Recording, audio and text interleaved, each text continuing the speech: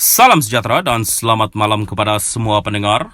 Isu hangat malam ini dipetik dari agenda daily bertajuk Zahid ingatkan calon disingkir supaya bersyukur pegang jawatan lama. Pemimpin lama dalam UMNO yang tidak dicalonkan diberi peringatan supaya bersyukur dengan jawatan selama ini mereka pegang sepanjang berada dalam parti itu, kata Datuk Seri Ahmad Zahid Hamidi. Presiden UMNO itu yang juga memegang jawatan lama dalam parti dan sedang berdepan kes mahkamah meminta supaya mereka yang tidak tercalon untuk bertanding pilihan raya umum ke-15 tidak mengambil tindakan yang akan memberi kesan buruk kepada parti itu. Ketika ini, kesetiaan kepada parti merapatkan barisan lebih penting daripada merintih apabila tidak dicalonkan. Maka janganlah pula terfikir untuk mengkhianati parti secara langsung dan tidak langsung. Jika ini berlaku, bermakna tidak bersyukur kerana selama ini mereka relevan menjawat jawatan lama kerana atas tiket parti UMNO dan Barisan Nasional, katanya dalam hantaran di Facebook.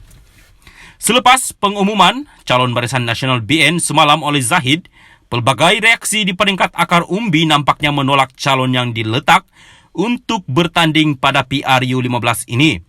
Malah tular dalam media sosial, sidang media yang dibuat oleh akar umbi yang secara terbuka menolak calon yang diumumkan oleh Zahid. Tidak kurang juga, bekas calon dan penyandang kerusi parlimen secara terbuka mengumumkan bakal bertanding atas tiket parti lain selepas tidak terpilih.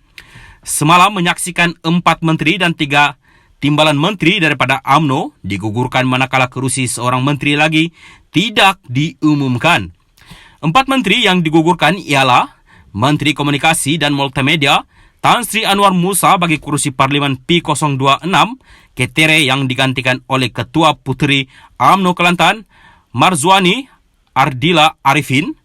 Menteri Wilayah Persekutuan Datuk Sri Syahidan Kasim digantikan Razabil Abdul Rahman bagi kerusi Parlimen P003 Arau.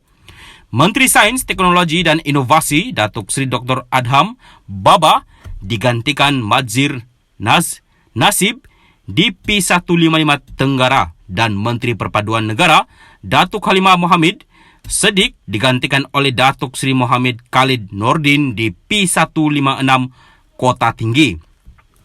3 timbalan menteri tidak dicalonkan ialah Timbalan Menteri Komunikasi dan Multimedia Datuk Zahidi Zainul Abidin yang digantikan oleh Ketua Puteri UMNO Datuk Zaidah Zarik Khan. Timbalan Menteri di Jabatan Perdana Menteri Tugas-Tugas Khas Datuk Mastura Muhammad Yazid digantikan Maslin Syam Razman di P067 Kuala Kangsar, dan Timbalan Menteri Perumahan dan Kerajaan Tempatan Datuk Sri Ismail Abdul Muttalib digantikan Syahaniza Samsudin di P086 Maran. Salam sejahtera dan selamat malam kepada semua pendengar. Isu hangat malam ini dipetik dari agenda daily bertajuk Zahid ingatkan calon disingkir supaya bersyukur pegang jawatan lama. Pemimpin lama dalam UMNO yang tidak dicalonkan diberi peringatan supaya bersyukur dengan jawatan selama ini mereka pegang sepanjang berada dalam parti itu, kata Datuk Seri Ahmad Zahid Hamidi. Presiden UMNO itu yang juga memegang jawatan lama dalam parti dan sedang berdepan kes mahkamah meminta supaya mereka yang tidak tercalon untuk bertanding pilihan raya umum ke-15 tidak mengambil tindakan yang akan memberi kesan buruk kepada parti itu.